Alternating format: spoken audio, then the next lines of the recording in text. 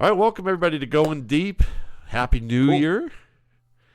And listen, we've got the Happy New Year. yeah, absolutely.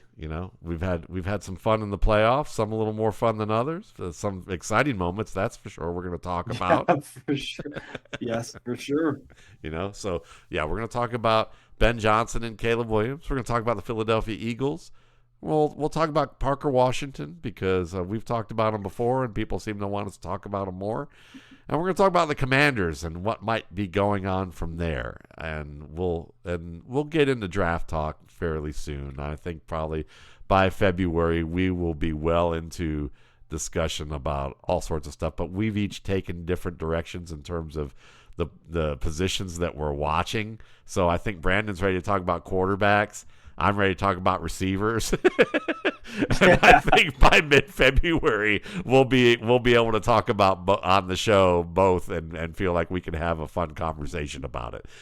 sure. So yeah, let's just get right to it. Caleb Williams. As we're talking before the show, you look at the Rams. The Rams seem like they're this team that you're like, yeah, they're the team that is the one that should be the overwhelming favorites to go to the Super Bowl and probably win it.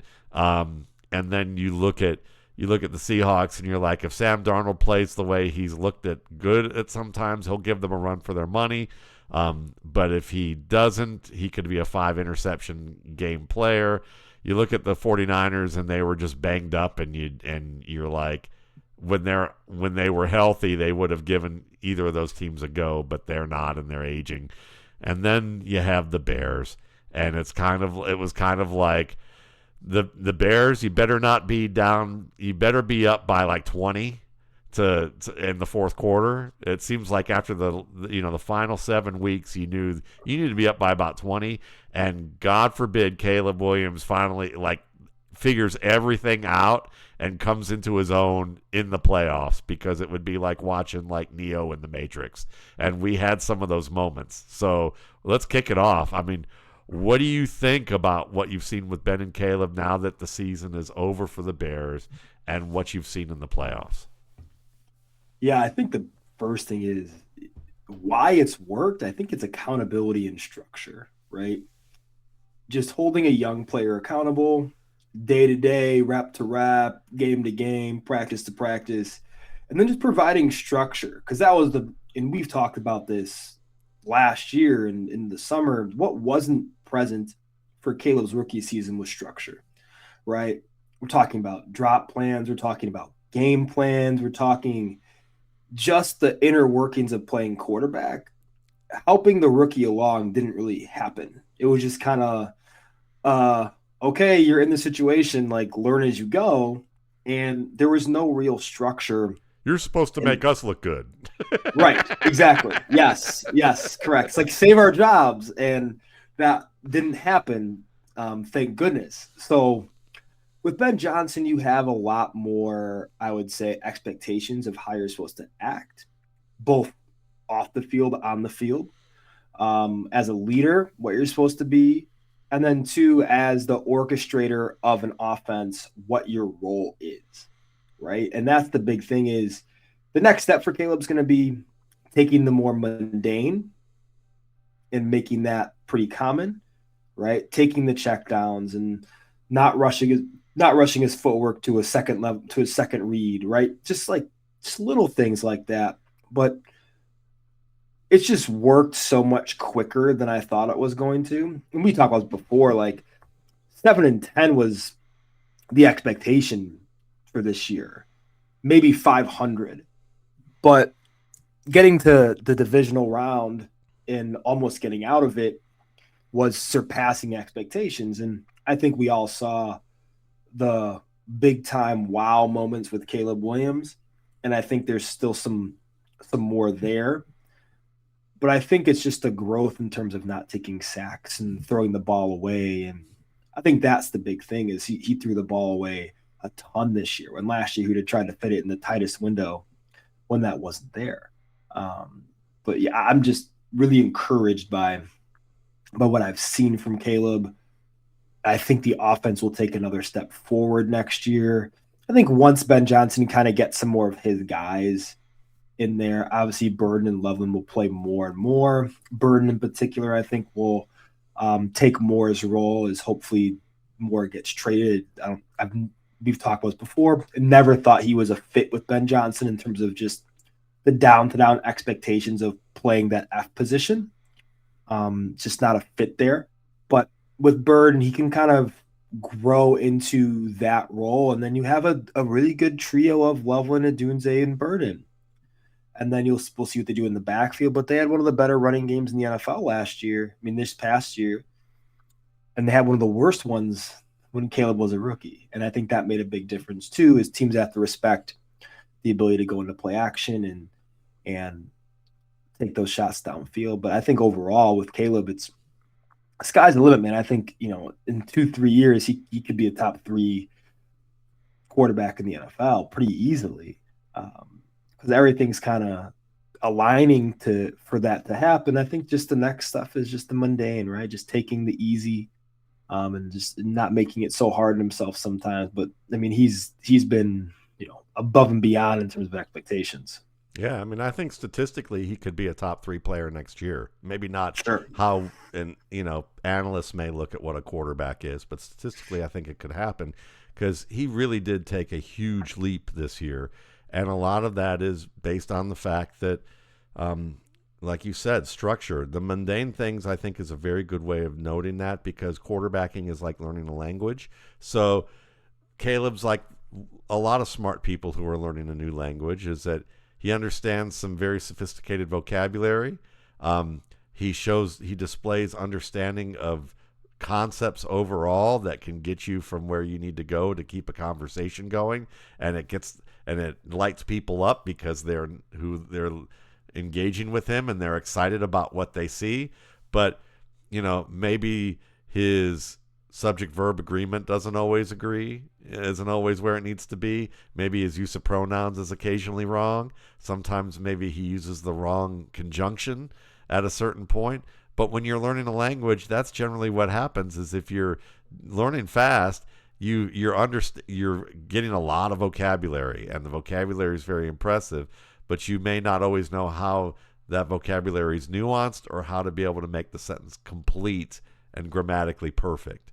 And you think about how long it takes for young people to learn how to write or speak in a grammatically perfect way, and it takes a while. The good thing is that Caleb's at peak levels in terms of his athletic ability, and he's going to be nearing his peak over the next 3 to 5 years as probably a learner in some regards, and you're going to see it all come together, and I think that it's going to happen fast.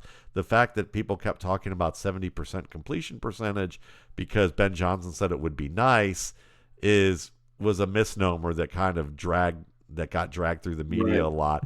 That the fact that he was near 60%, even if he wasn't there, the fact that he was near 60%, and not even that, if you were to track the targets, if you just track the targets, if you didn't have drops or misrun routes, you've probably been well over 60% for this team. Yeah. And they were third? I think they were last in the league in terms of drops in terms of yardage. Yeah.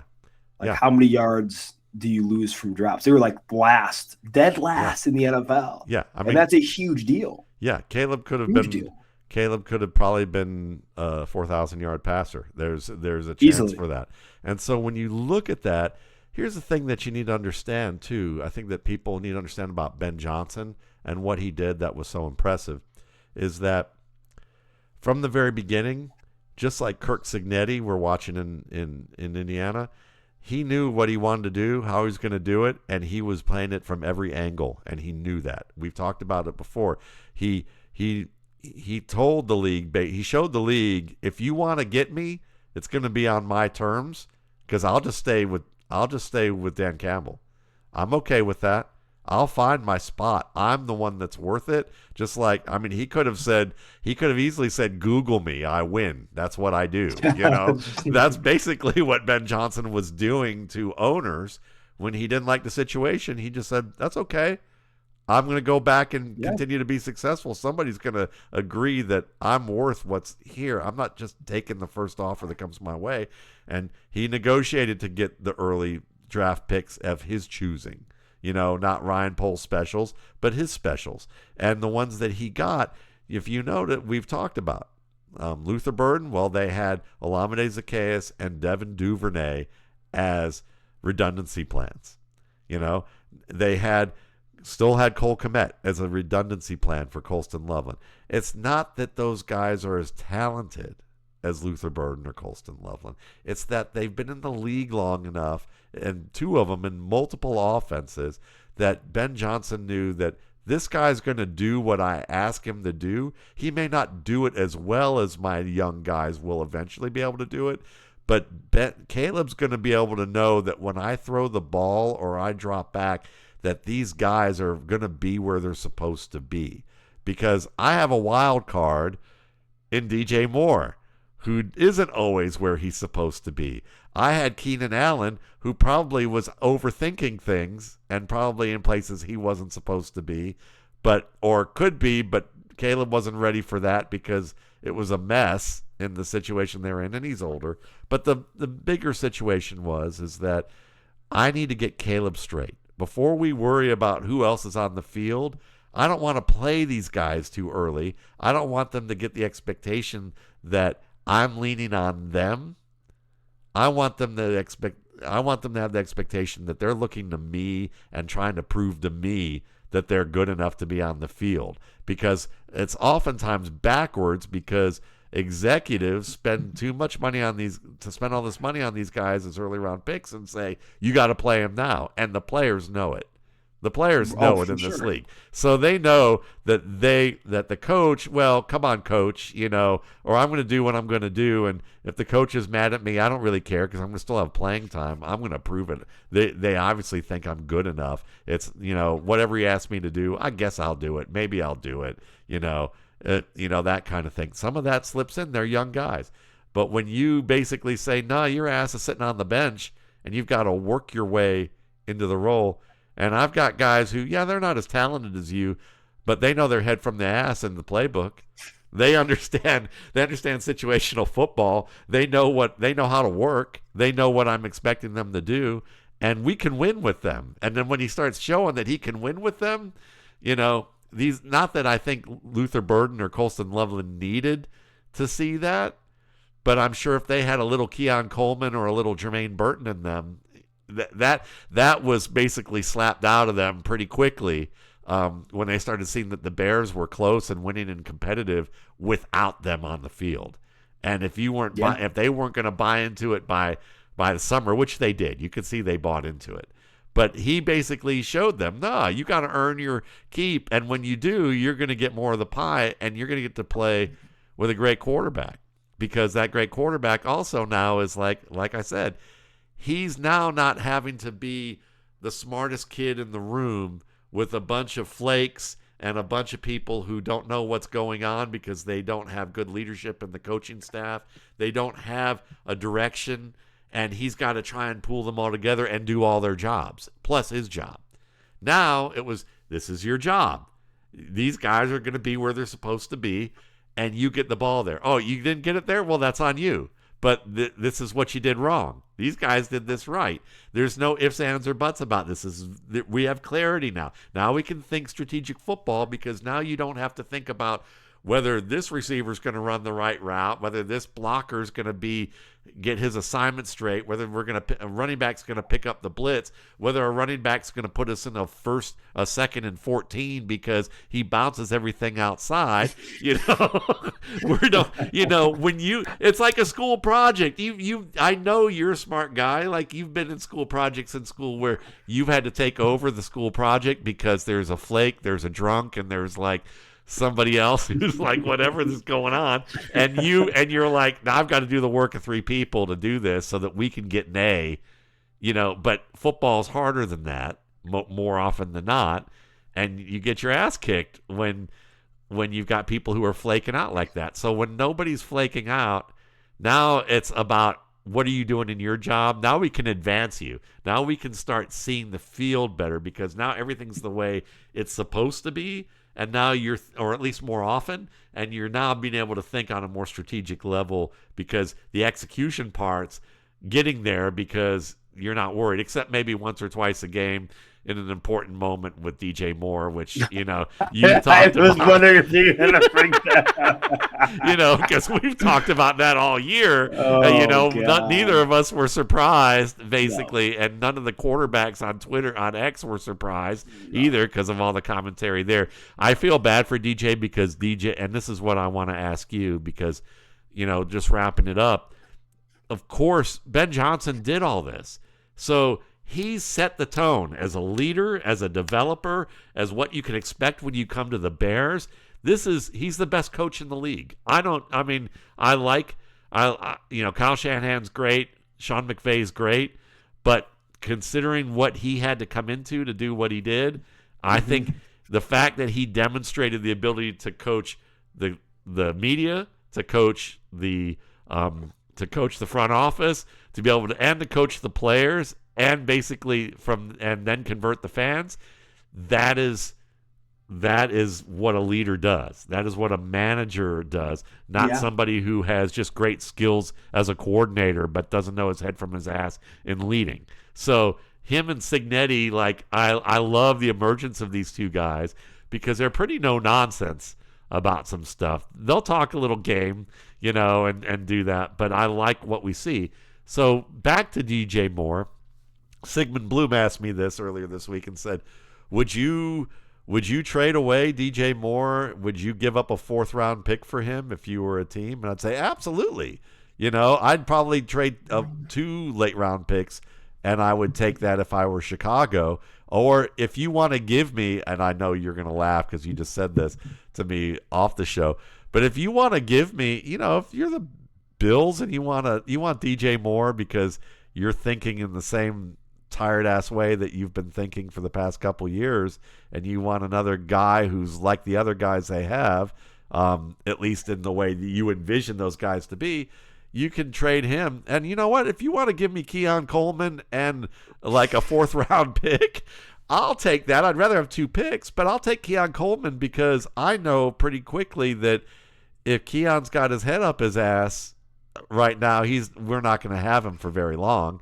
But we know that he's talented enough that we could situationally probably get something out of him in a way. But I think for their scheme, he's not.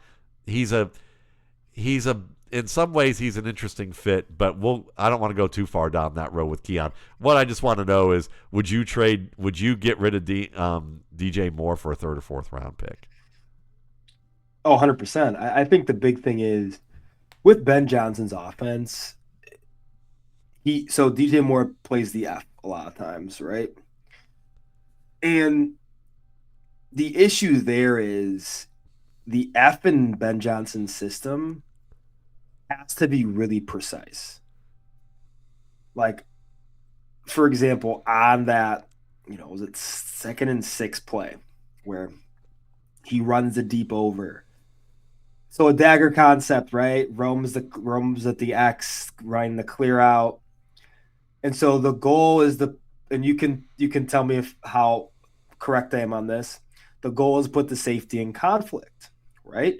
So the dagger has to be run hard because your landmark is, if you're running it left to right, your landmark is the numbers. So if you're not running it hard, the numbers, you're not flattening it out. If you don't flatten it out, the safety is not in conflict. If the safety is not in conflict, the play is dead. Yeah. There's nowhere to go with the ball, right? Because the clear out doesn't work because the dagger's not run hard enough, and you're not taking that seriously. And the deep over is you can't even throw it. Yeah. Because the safety's going to drop underneath it instead of crossing the safety's face, and then you are absolutely toast. And that's what happened.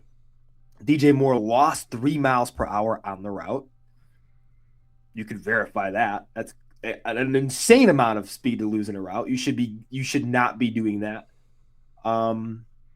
and didn't cross his face, didn't flatten it, and then it gets picked. Was the ball placement perfect? No, he'd probably have to extend a little bit to get it, maybe dive. But at the very worst, you're living at a 3rd and 6.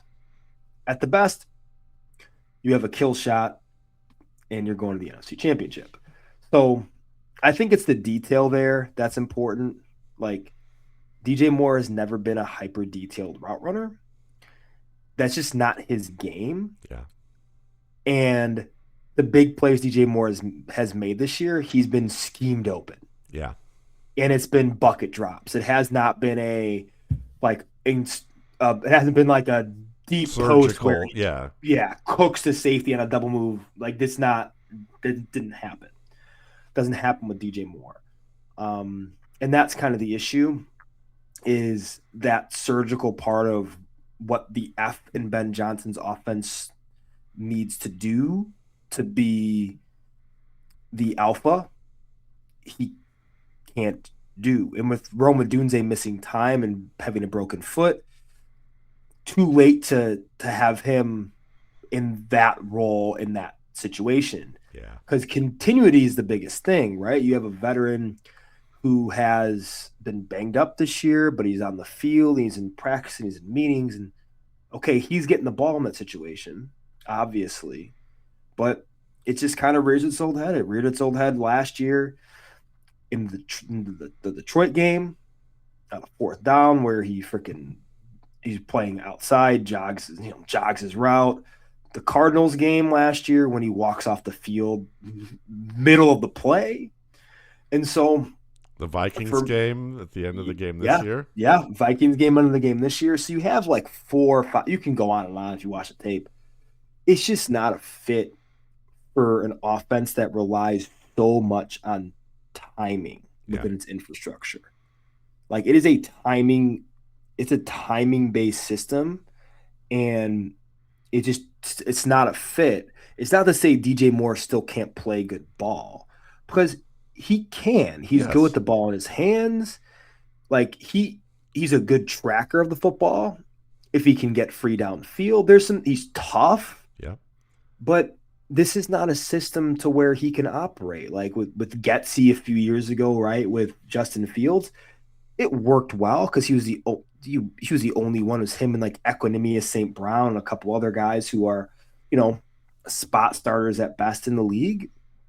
Good situational football players maybe, but not guys who should start in an NFL offense. He's the only one there. So yeah, he's naturally going to get 1,300 yards because Justin Fields is a one read and run quarterback. Yep. There's one read in his DJ Moore. That's the only person, right? And so you can do so much, in the screen game after the catch, extension run game, all that. But long-winded answer of saying absolutely, and I think that's a direction. Listening to Ryan Pohl's press conference, that's a direction that they will consider. And I think it's fairly damning when they asked Ben Johnson, why did DJ Moore not show face after the game or make himself available to the media? He says, I don't know, you got to ask it. Yep. And that's kind of for me, a guy who's a captain, a leader, a veteran. That's fairly damning when Ben Johnson goes out of his way and basically says, look, it's my fault.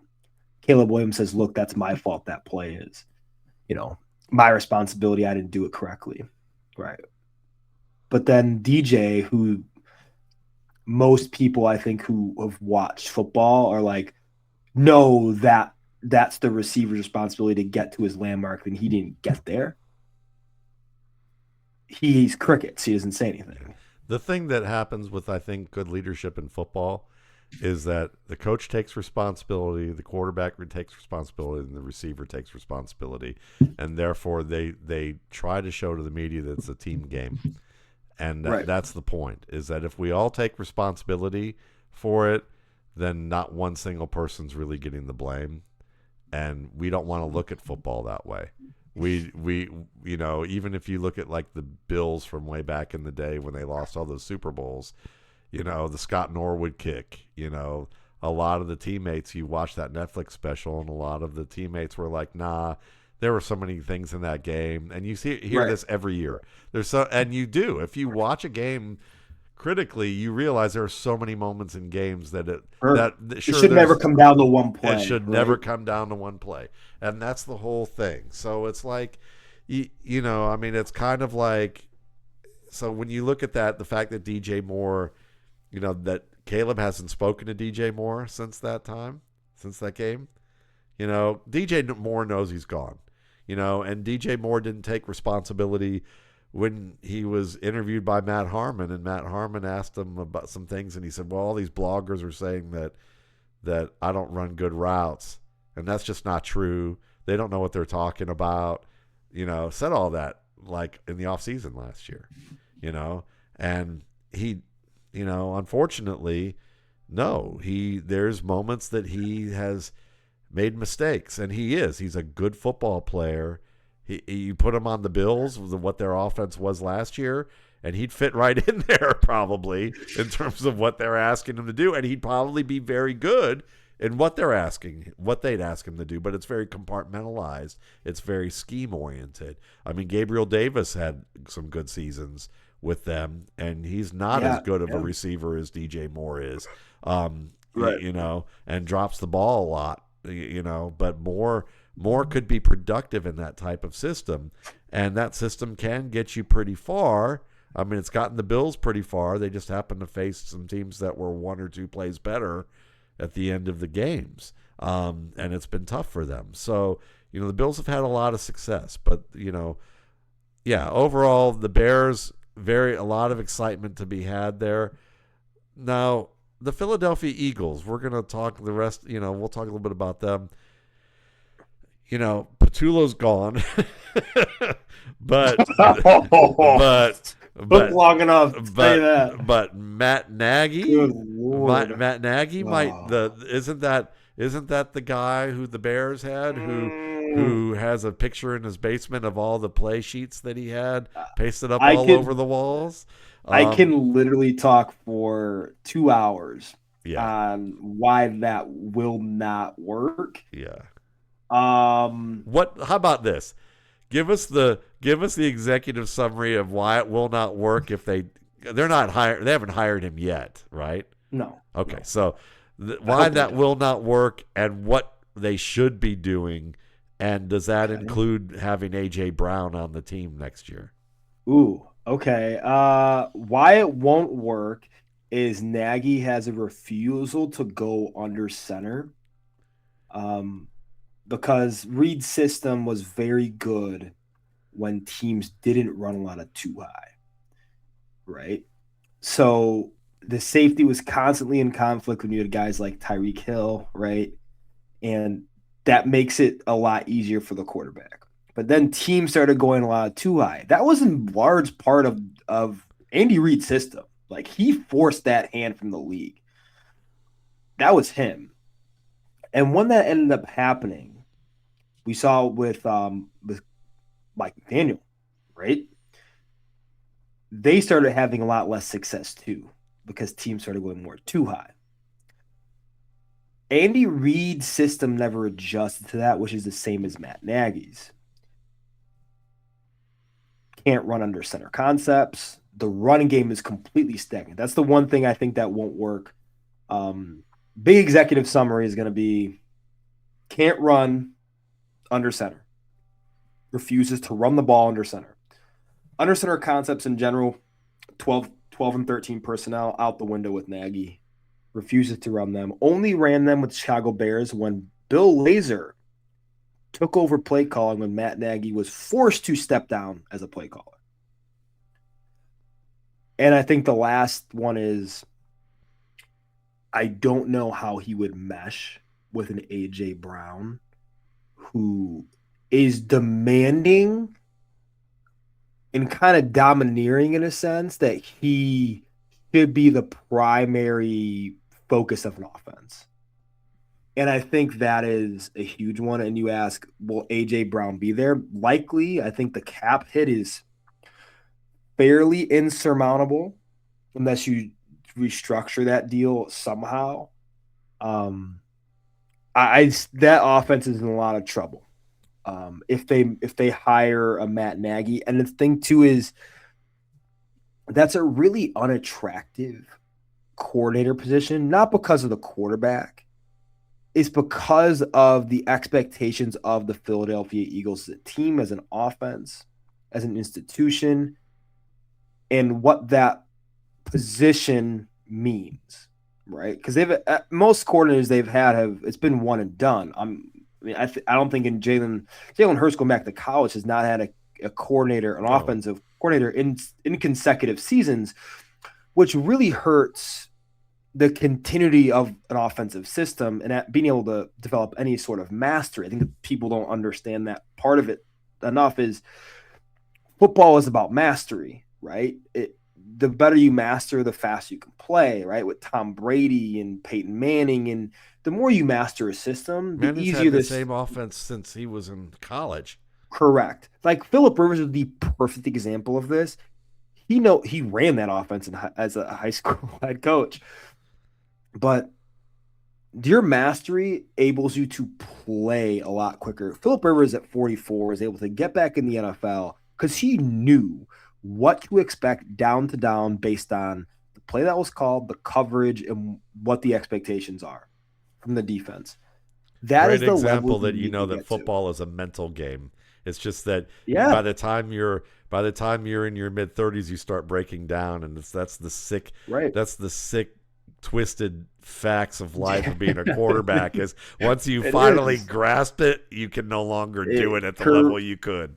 Correct. And I think that's the big thing is you're not allowing your offense to get to that stage ever because you're just recycling offenses. And so it's a tough place because if you're the coordinator, you suck, your house gets egged, and your kids and your wife don't want to go through that.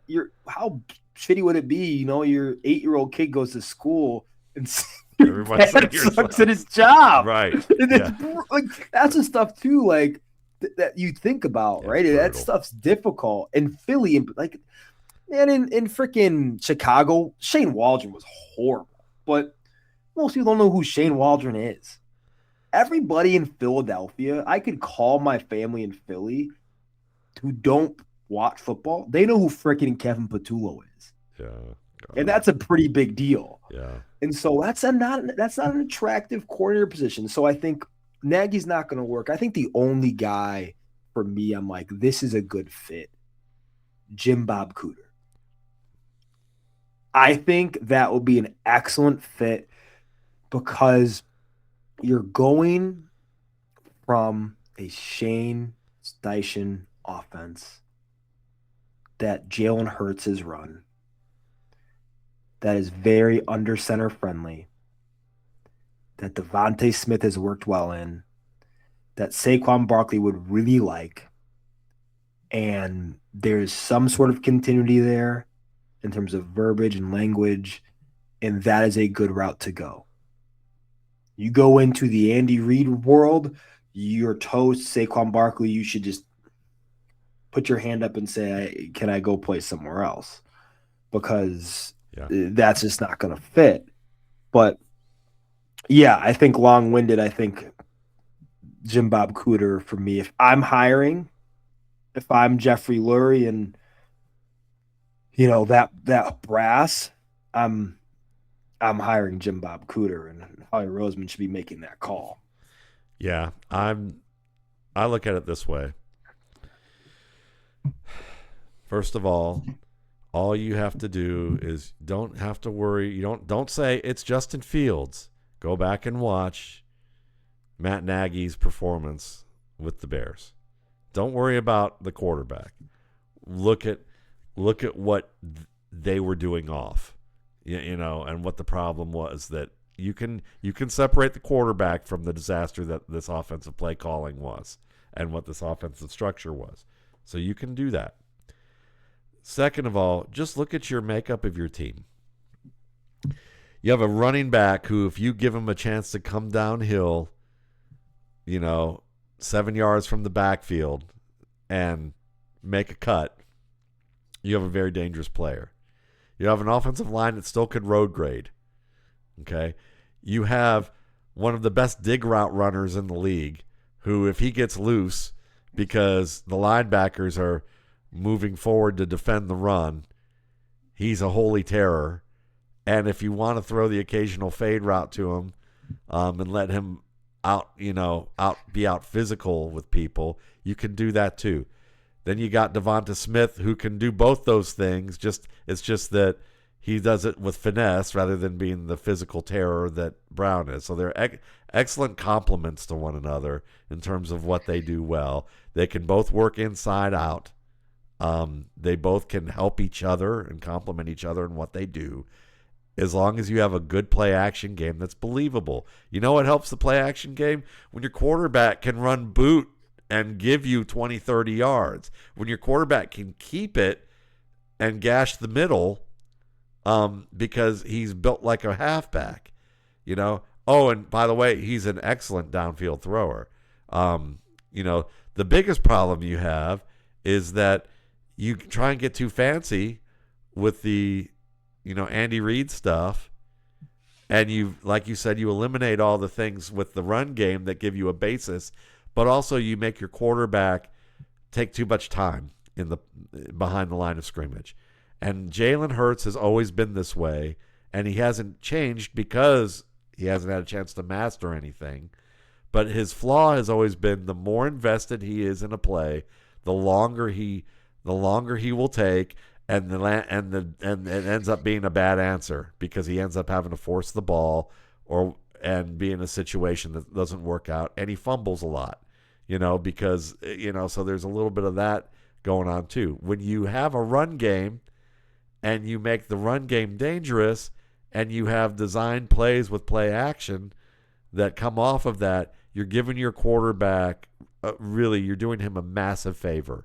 And you're doing everybody else a massive favor. So that's part of it. But let's forget about Barkley. What if Barkley gets hurt? You have Tank Bigsby, okay? That's the guy you traded for. That's the guy you had A.J. Dillon before that. I know we talk about A.J. Dillon, but obviously they don't think Will Shipley is anything. I think they're pretty much done with Will Shipley. I don't know why he was playing on third down. Yeah. So sure. So if you have Tank, it's not an ironic name, folks. Not sometimes the names are ironic, the nicknames are ironic. Fits. But this one fits, okay? And the thing that he does well is let him get downhill and give him enough room so that he can make one cut and get downhill. Don't make him do all that fancy shit out of a shotgun or make it easy. Simple. Just gaps go. Yeah, and that's the thing too. It's like you can build one of the league's most formidable run games with Tank Bigsby, Saquon Barkley. That line gets healthy in the interior. I think Cam Jurgens is a problem, even though he was somehow a Pro Bowler. I don't understand that. But regardless, if you give that line some time to get healthy and get downhill, they're a problem to deal with. That's the thing at the second level. They're one of the better lines in the NFL once they're healthy. But that has to be the focus. The run game in Philadelphia has to be the focus because that was how they won a Super Bowl. You have freaking 2,000 yards Saquon Barkley, and that line playing at that was probably one of the best offensive lines of all time. Yeah. And it's a big deal when you go from Kellen Moore orchestrating that offense to Kevin Patullo. Listen, the drop off was insurmountable. Listen, it's not hard to find another running back. If you don't like what you found in Tank and you're worried about Saquon, there's this guy in Detroit that probably you could wind up with as a backup to Saquon if things don't work out, and let him spell time with Saquon. And I can tell you right now that the NFC East would probably be having nightmares if David Montgomery winds up their second back. It a team that runs downhill. That could happen. Yes. That could happen. I think there's a possibility of David Montgomery not being back in Detroit with the direction the Lions are looking to go. Just kind of reading the tea leaves of, Brad Holmes and his press conferences and what he's been saying. Yep. And also, too, Dave Montgomery's usage, right? They've learned that Jahmyr Gibbs, okay, he's as good, if not better than we thought he was going to be. He's a top 3 back and he's under 24 years old. We're probably going to give him a lot of the pie. David Montgomery is 29. How does he fit in that? Yeah. I don't know. Yeah. He's, their offensive line was banged up last year, so they couldn't use him the way they used him the year before. Because the line, they lost their center. That was a big deal. They couldn't get him the second level. Yeah, so that's a problem. But you go to Philly and say, yeah, you're going to be the Jamal Williams to the Jahmyr Gibbs of Barkley, and sure. Or guess what? The game's over. Go ahead, have fun. Just eat, okay? Like just have fun with this. You're gonna get to literally. We've raided the city, and you're gonna get all the spoils. You're gonna just coming downhill, And I think, and if they need him for stretches of time, he can be like so many backs that we've talked about that can give you a season worth of value. And then you can find another back if you don't find one in the draft. So to me, yes, it makes total sense that this is what you need to do. But I mean, again, not that the Eagles are going to listen to either one of us, but I would look at it as going, if the Eagles are looking too entertainment oriented, stop worrying about what the press thinks about what fancy coordinator you want to have. Fancy is not necessarily better. Cutting edge is not necessarily better. And cutting edge, I would just say, is more like, are they doing modern things that seem modern for the passing game?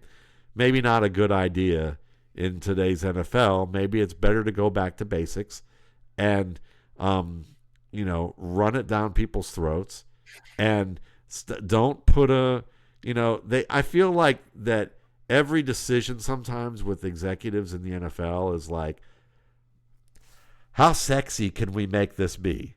And it's like, but sure. The Philadelphia Eagles are like a gigantic sow. It does not need a silk purse. You just need to give it a pen of mud and let it do what it does and enjoy the fact that that's what you have. And fans will root for that. The fans it's not a difficult formula in Philadelphia because you won a championship with that formula. Yeah. You know who you bring? Right? You bring in that's crazy, Brandon. If you're really going to get crazy about it, I'll tell you who you bring in as but you can't bring him in as your coach. You bring in John Gruden to come back to Philly. Oh, that'd be it. They just need someone. And the thing that's also interesting is Jeff Stoutland is their run game coordinator, and he's one of the greatest O-line coaches of all time. Yeah. And they refuse to budge off him. But gosh, you just need someone to come in and just not be a yes man to Sirianni. Yes. That's a huge one is it's okay. Sirianni, we know, does not know offensive football. We understand that now. That is fine. But we need someone to come in and just You're on mute. There you go. You just need someone this to is come what in. we're yeah, this is what we're doing. Yeah. And this is how we're doing it. And we're gonna do it at a high level. And we're gonna run through you for 4 quarters, and then we're out of the next one. So I just don't know who that's gonna be. I hope it's Cooter. Gruden would be absolutely electric factory to watch. That'd be incredible. Yeah, it's not probably going to happen, but he might.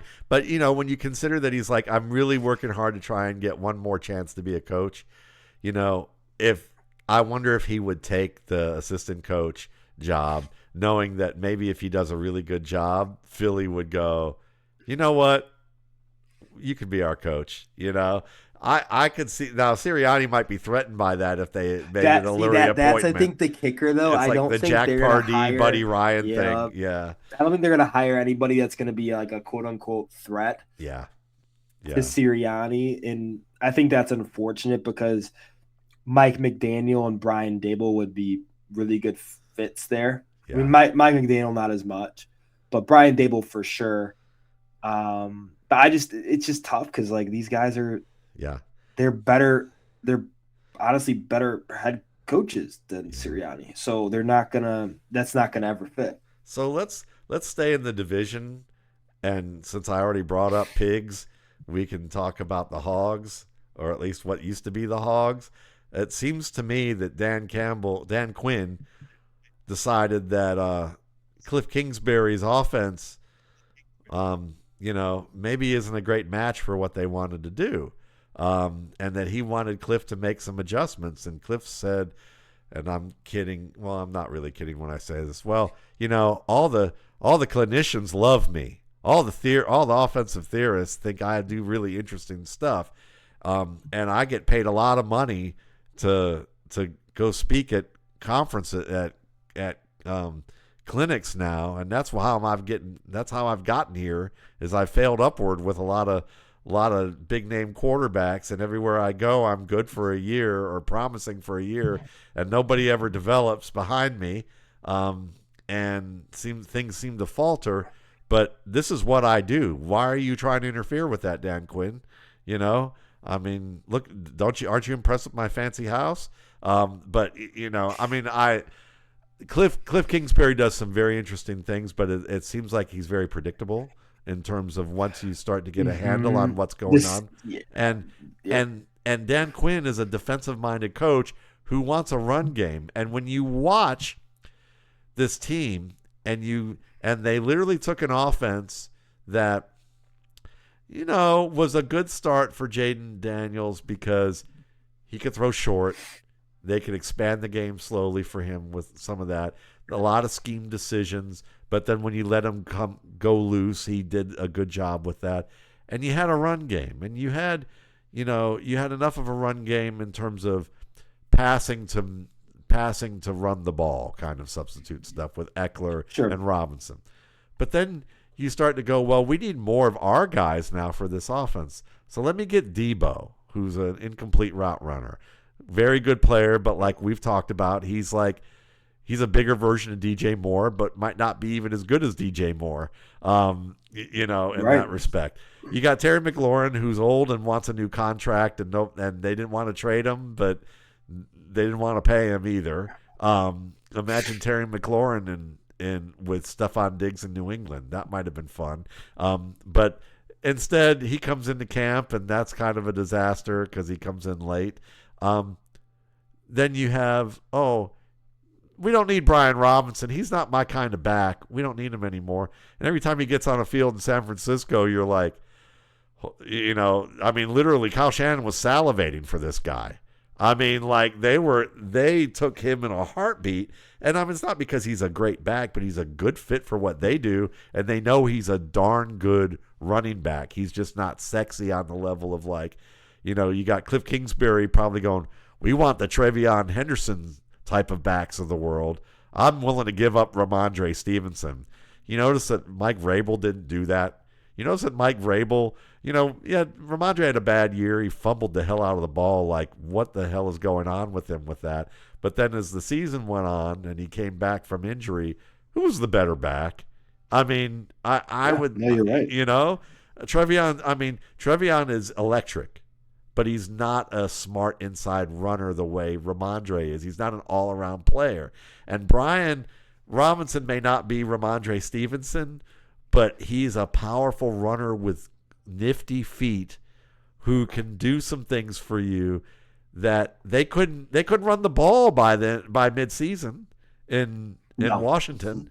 They couldn't run the ball. And all the little pieces they got, it's like they tricked out. It's like they tricked out this offense, but they forgot that there needs to be a motor and wheels and an axle and a steering wheel and a dash but man, the interior was really nice looking.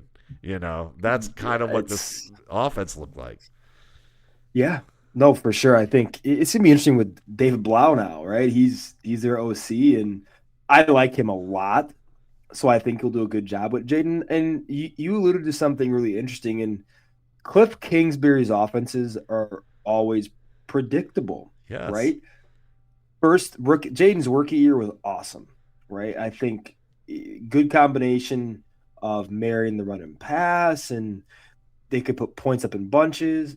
But then you get to year two, and the league is kind of caught on to what you're doing from a tendency perspective, and there was no adjustment to the adjustment. So you're screwed, but also to your personnel. Oh gosh, Debo Samuel, very incomplete as a player. Terry McLaurin, incomplete as a player. Good, but very incomplete. Zach Ertz, good for his age, but now he's torn ACL and don't know what he's going to look like coming back. And with Jayden, you have no run game either anymore. I think Krosky Merritt could be a good player, but he's still a couple years away from being a good 3-down player. And in a Right? predictable system that has some wonky stuff with it, Yeah. that may not be where he needs to learn. No. And I mean, look, I guess you're going to, if you don't get Jayden Daniels 2, 3 legitimate weapons, I mean, right now if your best weapon is Terry McLaurin, I don't know how you're going to make it very far in the NFC because you're going to go up against the Packers, the Rams, the Seahawks, playing some really good fronts and really good defenses. And if you go out there with your leading horseman being Terry McLaurin, good luck. Yeah. And that's going to be difficult for David Blow in his first season here. It's hopefully they go in the NFL draft and prioritize receiver. I think they pick at 7, right? I mean, Carnell Tate, Makai Lemon, Jordan Tyson, one of the 3 guys. I mean, we're not going to talk too much about the rookie class yet, but those are the 3 guys that I think are pretty surefire top 15 picks. If I'm them, I would make it Makai Lemon, make your life really easy, right?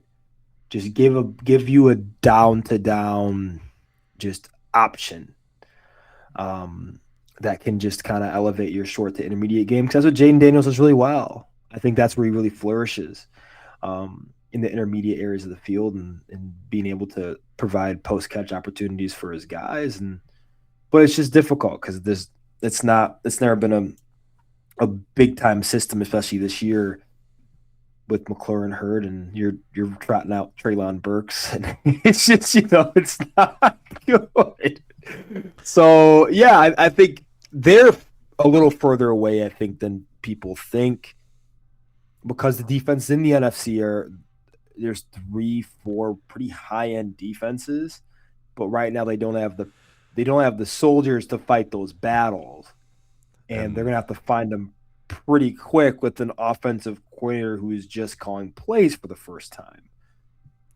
So that's a really sticky one. Yeah, I mean, and the slower your quarterback gets to mastery because you're putting multiple systems in there, the more likely, especially with his style of play, the more likely he gets hurt. And I'm not saying it raises it significantly, but it's, I mean, if this team's not on the same page, you get errors, and errors oftentimes get quarterbacks hurt.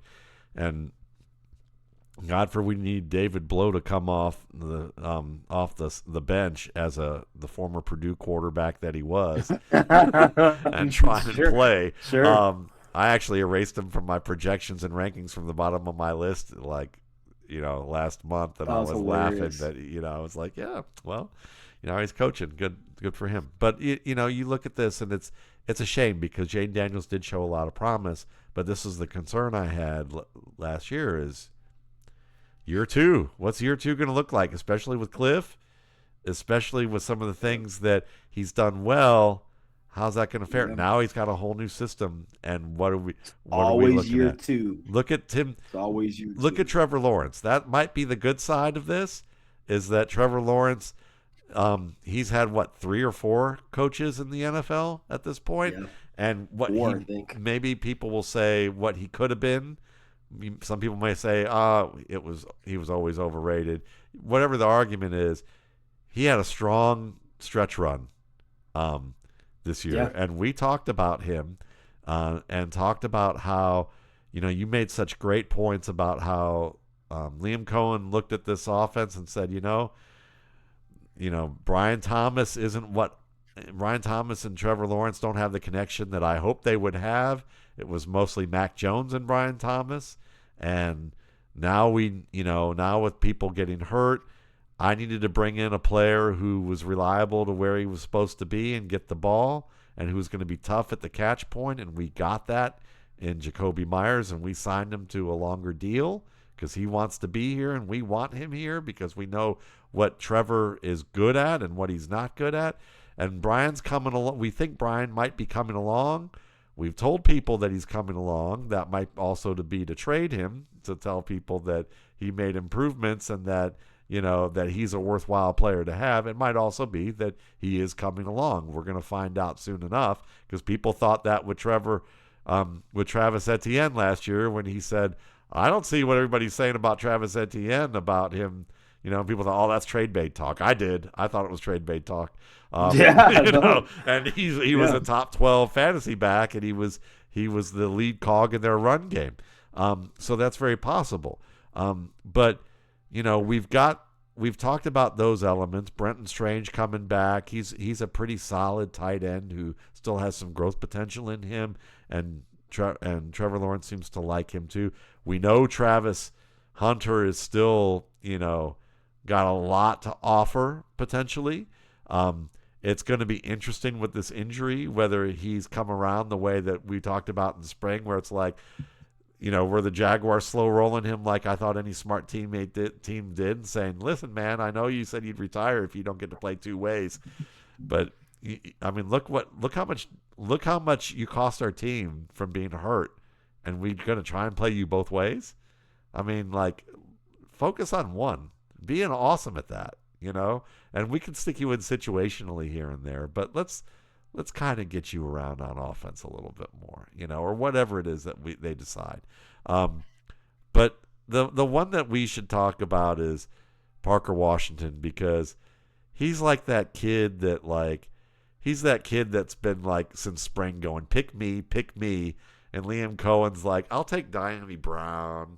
I'll take Brian Thomas. I like this Bashan Tootin kid. We may even put LeQuint Allen in the slot. We're going to put our running backs in the slot. Let's talk about everybody but that Parker Washington kid he's had a pretty good spring. That's great, but he's not one of my guys. I want speed. And then you got Parker Washington running back punt returns and kick returns and getting big yardage doing that. And he's the only one that seems to be able to make a tough catch in the first half of the season for that team, and be physical and get yards after the catch. And they keep asking about him, and then finally it's like, okay, fuck it, fine, we're gonna put him in the game, And now we're looking in the playoffs, and who came up big in the playoffs? Who came up big down the stretch? Hey, Parker, he did. Yes, he did. So Are we looking at him and going, well, that was nice, let's put him back in the box now? Or is this more of a, okay, you know what? Sometimes guys just prove, I got proven wrong. We're going to go with this guy. Trevor likes him. He makes plays wherever we put him, and he seems to be getting better every time we let him on the field for a longer period of time. I think it's funny because have you seen the movie Friday Night Lights? Yes. You can. All right. So when Boobie Miles gets hurt, and they put him their second string running back, and he gets hurt, and then it was Chris Comer, and he's finding he runs out there without a fucking helmet, and then he finds his helmet and he scores a touchdown. The assistant coach was like, "Who is this guy? Who's that? Comer." R. Comer? That's what I felt like with Parker Washington. Like, R. Washington? Yeah. That guy? And then you put him in the game, you're like, oh, shit, he's pretty fucking good. He's a baller. Yeah. Yeah, and so I think the thing is, I think there's an element of trust too with him and Trevor Lawrence, because what he does well is he works really well in the short areas of the field. He can run after the catch, but in the intermediate areas, Trevor's not perfect in terms of accuracy at times, but he does not care about taking hits. Yeah. He'll extend for the ball, take the hit, and that's a big deal. And that's where Brian Thomas Jr. doesn't operate well.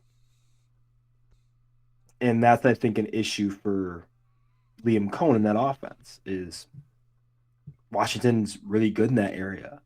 Jacoby Myers is really good in that area. Brian Thomas Jr. is not a part of his game. Yeah. And so I think Washington sticks around and is a 1,000-yard receiver next year, potentially. Because I don't know what you do with Travis Hunter. You made a good point. It's like after this injury, do they reevaluate things? The thing that sucked the most is the week he got hurt, he was going to become the wide receiver 1. Yeah. After that performance overseas, he had over 100 yards, looked great. But I don't know what you do. Do you play him on defense? Because the thing, too, is Campanelli, their D coordinator, might take the job in Arizona. If that happens, do you have Hunter learn a new defensive system? Or do you say, you know what, we're going to stick you in the similar role on offense and play off of Myers in Washington and play a little bit on defense? That'll be an interesting conversation as we get closer to summer, because I do think Brian Thomas Jr., I know Gladstone and Cohen are like, no, we're not going to trade him. I just don't see him as a fit with what Cohen does. And also, too, the strengths of Trevor Lawrence, right? He's not a great level 3 passer. Brian Thomas Jr. is a good level 3 route runner. That's all he really does well. He's a body catcher, similar to McLaurin, but has big time trouble when situations are contested. So what do you do with that? Like, he's not going to get a ton of opportunities per game because that's just how that offense really operates. So that'll be really interesting to see what they do. But yeah, I do think Parker Washington's he's a 1,000-yard receiver next year, man. I think he will probably lead them in yards. But I think in general he's been an awesome Chris Comer, that's for sure. Yeah, that's for sure. You know, it's fascinating. I mean, it's fascinating to see with our luck, with the Jets' luck or the Browns' luck, they will trade for Brian Thomas. They'll trade for DJ Moore, and they'll put a quarterback in there, and they'll have partial receivers for every facet of the game, and moments of brilliance and moments of they didn't run that route right, so, Yeah, sure. and Garrett Wilson's going to be sitting there, and you're going to go, he signed that long-term deal. He Garrett did. Wilson signed that long-term deal. Oh yeah, he's dotted line. What I gotta say, I understand generational wealth. That's a big lure. It really is. I just think, couldn't you have gotten generational wealth somewhere else? Couldn't you have waited just a little bit? I mean, you're already making generational wealth. Couldn't you have let yourself go somewhere else where you could have been playing with like Patrick Mahomes at the end of his career? Couldn't you have been playing with Caleb Williams? Couldn't you get a chance to play with Baker Mayfield, or somebody like that? Couldn't have Bryce Young, even. Yeah. You could have been in Carolina, and not they finally would have had the receiver that they've been thinking they drafted. Yeah. And now what do they do? What do you do now? Like, Justin Fields obviously didn't work out. You're in a spot. Dante Moore went back to school. Yeah. So the second quarterback in this class, in my opinion, was Trinidad Chambliss, but the NCAA might grant him. Yeah. The NCAA might grant him. He might win that court case, and the NCAA says, "All right, fine. Here's your 6th year of eligibility." If that happens, you're taking Ty Simpson in the top 5. Yeah. And saying, "All right, Garrett, You go. Your quarterback, like, oh, and like, what free agent quarterback's gonna want to play there? You think Malik freaking Willis is not gonna take his talents with Halfley and the Green Bay GM that just went there? Of course he's not. He's gonna freaking go to South Beach. Like, this man's not going to freaking New York. He's already been to Tennessee and saw what that was like. Right. Why is Right. he good? Yeah, why is he going to go to a place that's probably worse than Tennessee in terms of how things are go, in terms of how things are Oh no, managed? He's and the Packers. 100%. Say what you will as a Chicago Bears fan about the Packers, they are a well managed football team relative to And most teams in the league. managed. You know, so So yeah, I think that's a big one. yeah. So we're going to talk more about quarterbacks soon. It'll probably be a few weeks, but we'll get there. But, definitely check out Brandon's work, Angelo's analysis. Find me at Matt Waldman RSP. I've got projections and rankings that I'm wrapping up. Should be done tomorrow night, no later than Friday morning. I've been a little bit behind, but I'm wrapping up my wide receiver rankings tonight. Then I'm going to write up some commentary, maybe do some free agent stuff for y'all. Or I'll have a scouting report for you on some players that I've looked at. I've got an underrated wide receiver in the Big Ten that I think is a little better than I imagined him to be, and I think he was. I saw somewhere that he was considered like a top 20 option by a couple of astute people. And I might have him pretty high. We'll see. So that may be a guy that I know we'll be talking about down the line. So, all right, folks, thanks again, and Happy New Year. I know we're almost a month in, but I know a lot of people had a rough 25. So hopefully, more wishes for 26 is a good thing. Take care. Yes, sir.